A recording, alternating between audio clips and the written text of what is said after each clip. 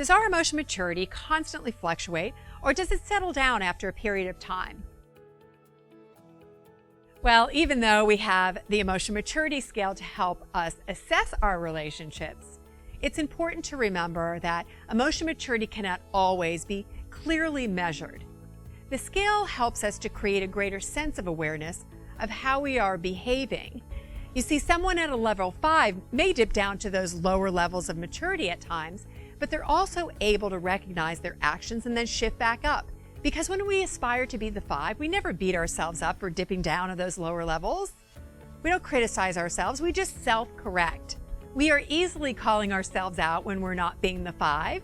We don't waste our time being angry at ourselves. Our power lies within owning these moments of dipping down to the lower levels of behavior. The longer that we behave in higher levels of emotional maturity, the easier and more natural it is to stay at these higher levels of emotional maturity. Therefore, we use this scale to hold ourselves accountable to being at that higher level. And it's where we understand that emotional maturity is not a hard and fast thing. It can definitely fluctuate. So the goal is to be committed to growing emotionally over time, so we're less inclined to operate within those lower levels of behavior. The scale serves as a yardstick to help us make decisions about our relationships. Because most people have typical levels of maturity, we're now inviting them to reach a higher level along with us. As emotional maturity is a developmental process and it has the potential to evolve.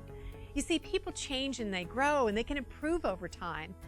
With that, their emotional maturity has also the potential to expand too. The truth is that relationships are messy, but they can be a glorious mess.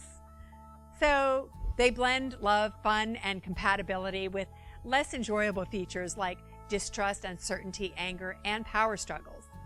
But even the parts of relationships we perceive as being negative can also be the catalyst for our growth with the right tools. Studies suggest that most long-term couples who rate themselves as happy have also developed this understanding of themselves over time. Of course, each partner is likely to bring with them some sort of emotional or psychological baggage. We all have baggage. As a result, the words and our actions with our partners can absolutely trigger our emotional wounds from the past. We don't fully explain our triggers to our partner, so we can't actually blame them for accidentally setting off those triggers.